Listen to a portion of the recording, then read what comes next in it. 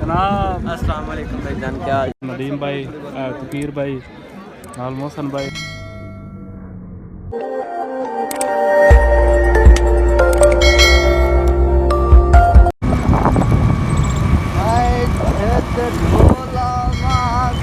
अस्सलाम वालेकुम दोस्तों, क्या हाल चाल है? ठीक सब। मैं हूं साकिब, आप देख रहे हैं YouTube channel Saqib vlog TV.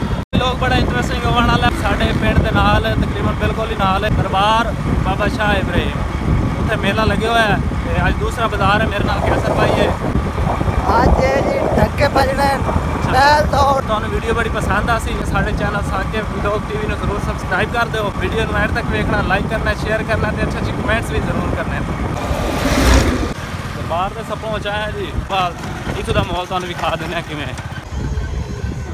ਦੁਕਾਨਾਂ ਲੱਗੀ ਹੋਈ।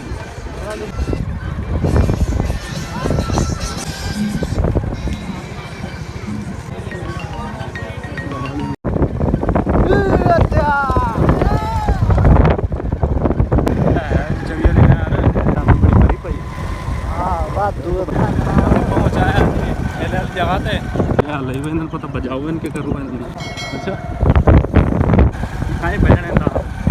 हाँ दुआ जा रहे हैं मुकाबले बस बाकी नज़दीक हो ना तो पता लग गई थी कितना रश है।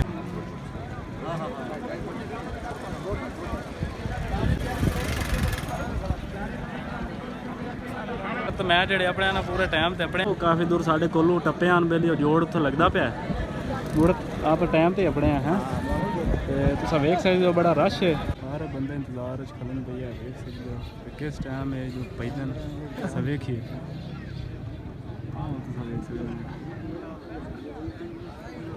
हाँ जी छोट पर छोट आए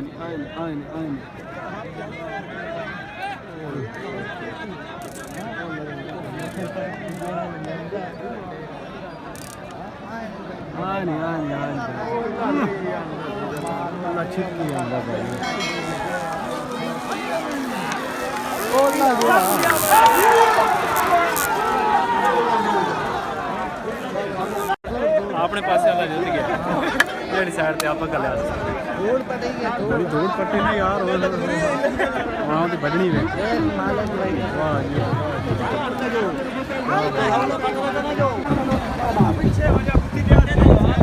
एक और तैयार हो गया खला भाई सुबह। हाँ अपना अपना और शादी जनाब अस्सलाम वालेकुम भाईजान, क्या प्यारे दोस्त राय अली खारा साहब कोई नहीं बजना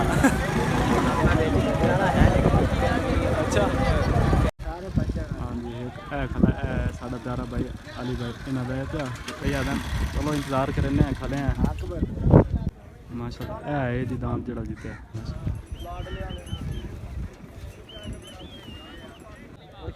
देखे ही मालिश गति कराने लग गई।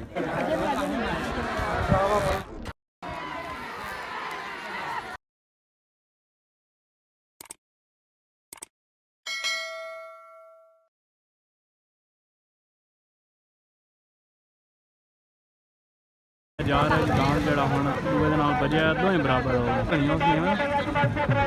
दुआ मंगी रही है जी एक और जोड़ पावना से आमीन आमीन एक है उड़ू खला एक करू खला साढ़ा एक छोटा भाई आया हुआ है मेला वेखण नदीम खान और सलीमी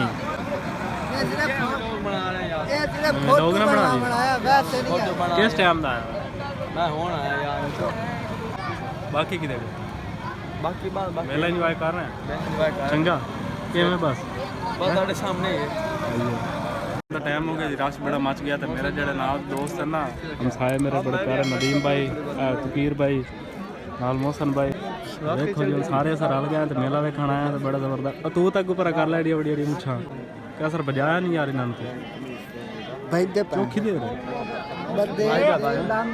बारी पानी बारी ओ पीछे ले कोई ना रो ओ लागे माला बुइया ओ लागे माला बुइया ओ भाई ने भी क्या है भाई तो जीत गए ओ और तो जुल्म ना कर अल्लाह ना पे